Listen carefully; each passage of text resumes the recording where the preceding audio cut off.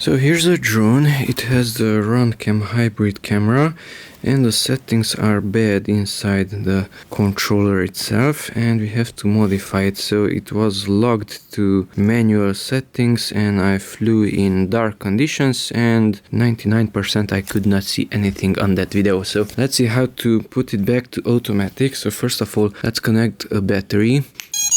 Okay, it will automatically start recording. And on the phone I have to look for that application which is for that camera, and is this one, Runcam. QR code configuration, resolution is visible there, and yes, the ISO is set to the lowest. Let's set it to automatic, and the shutter is set to the fastest, so let's set that one to automatic also. And 2.7K at 60 frames per second, that's fine. So that's the highest resolution, which has a pretty good frame rate. 4K is an even higher resolution, but the frame rate is lower. But before clicking on this apply button, which is up there in the corner, we have to press some buttons here.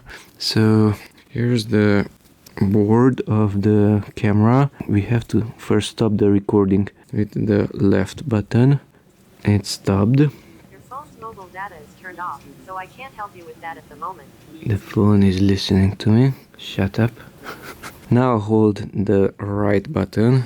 In this case it's upside down, so the card is on the other side, and in this case hold the right button until it's green. Now when it's green, let's click on apply here, tap.